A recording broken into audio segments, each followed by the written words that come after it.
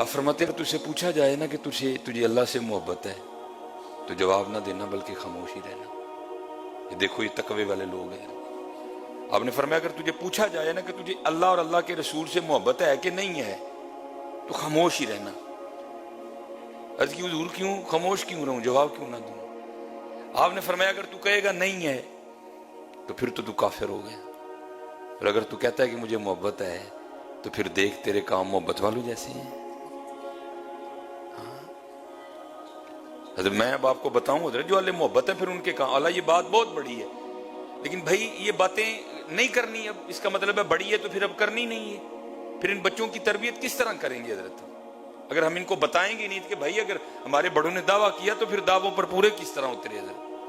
हजरत बाबा फरीद रहमतुल्लाहि तआला अलैह फरमाते हैं कि मुझे मारिफत के हवाले से ना एक मुश्किल दरपेश हुई। मैं उस वक्त सैर व सियाहत पर था। फरमाते एक इलाके में गया तो पता चला कि वहाँ एक बुजुर्ग रहते हैं पहाड़ की चोटी पे। कहते बड़ा मैंने नाम सुना। आप फरमाते मैं उनकी जियारत के लिए गया। कहते जब पहाड़ की चोटी पे पहुंचा ना तो वहां जाके क्या देखता हूं कि गार के मुंह पर एक टांग खुश्क पड़ी है। गोश्त और पोस्ट नहीं उस पर कोई भी, ना गोश्त है ना ही मांस है, सिर्फ अड्डी पड़ी है और वो खुश्क हो चुकी है। आप फरमाते खैर मैं अंदर चला। आप फरमाते उस वक्त बुजुर्गों ने ना गुदड़ी ओढ़ रखी थी जो सूफिया का मखसूस लिबास है। तो फरमाते मैं हजरत की खिदमत में जाके बैठा तो मुझे नहीं पता चला कि हजरत की भी एक टांग कोई नहीं, आपकी भी सिर्फ एक ही टांग है। आप फरमाते मुझे नहीं पता चला। बातें हुई जो मेरी मुश्किल थी हजरत ने उसको हल कर दिया। आप फरमाते जब मैंने हजरत से इजाजत चाही तो क्योंकि सुन्नत है मेहमान को दरवाजे तक रुखसत करने जाना, तो कहते हजरत उठे मुझे गार के मुंह तक छोड़ने जाने के लिए। तो कहते जब हजरत उठे तो मैंने क्या देखा कि हजरत की भी एक टांग कोई नहीं, एक टांग गार के मुंह पे पड़ी है, एक हजरत की भी कोई नहीं। कहते दिल में ख्याल आया कहीं एक ही तो नहीं दोनों बातें। कहते मैंने बड़े डरते डरते अदबन अर्ज की हजरत है एक टांग गार के मुंह पे कटी पड़ी है, एक टांग आपकी भी कोई नहीं, कहीं को आपस में बात मिलती तो नहीं। तो कहते हैं रो पड़े। फरमाने लगे मैं जब इस गार में आया ना और मुजादा शुरू किया, इबादत शुरू की, तो फरमाते आजमाइश आ गई। कहते आजमाइश किस तरह हुई मेरी कि बारिश का सिलसिला शुरू हुआ। आप फरमाते 7वां दिन था, धूप नहीं निकली, बारिश बरस रही थी। और आप फरमाते गार में इतनी ठंड हो गई कि मुझे लग रहा था कि ये सर्दी मेरी जान ले लेगी।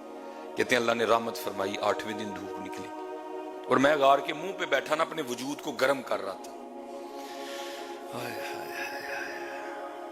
कहते हैं इम्तिहान इस तरह हुआ कि मेरे पास से एक बड़ी हसीन और जमील औरत गुजरी और मेरी नजर उसके चेहरे पे पड़ी, बस वो एक ही नजर असर कर गई। शहवत का शैतान का इस तरह गलबा हुआ कि माती मारी गई कि इस पहाड़ की बुलंदी पर तो औरत का आना नामुमकिन है, आ ही नहीं सकती, तो ये औरत कहां से आ गई। लेकिन बस निगाह पड़ गई इधर। अब फरमाते हैं इतना शहवत ने गलबा किया कि मेरा जी चाहा कि मैं इसके पीछे जाऊं और जाके ना इसको फिर देखूं। कहते बस मैं उठा और उसकी जानिब जाने के लिए ना मैंने गार में सबसे पहले दायां पांव बाहर निकाला। कहते बस पांव का निकालना था तो गैब से आवाज आई, वाह भाई वाह, हैं इश्क दे दावे साडे नाल ते जांदे गैरां पिछे। अल्लाह, इश्क दे दावे साडे नाल ते जांदे गैरां पिछे।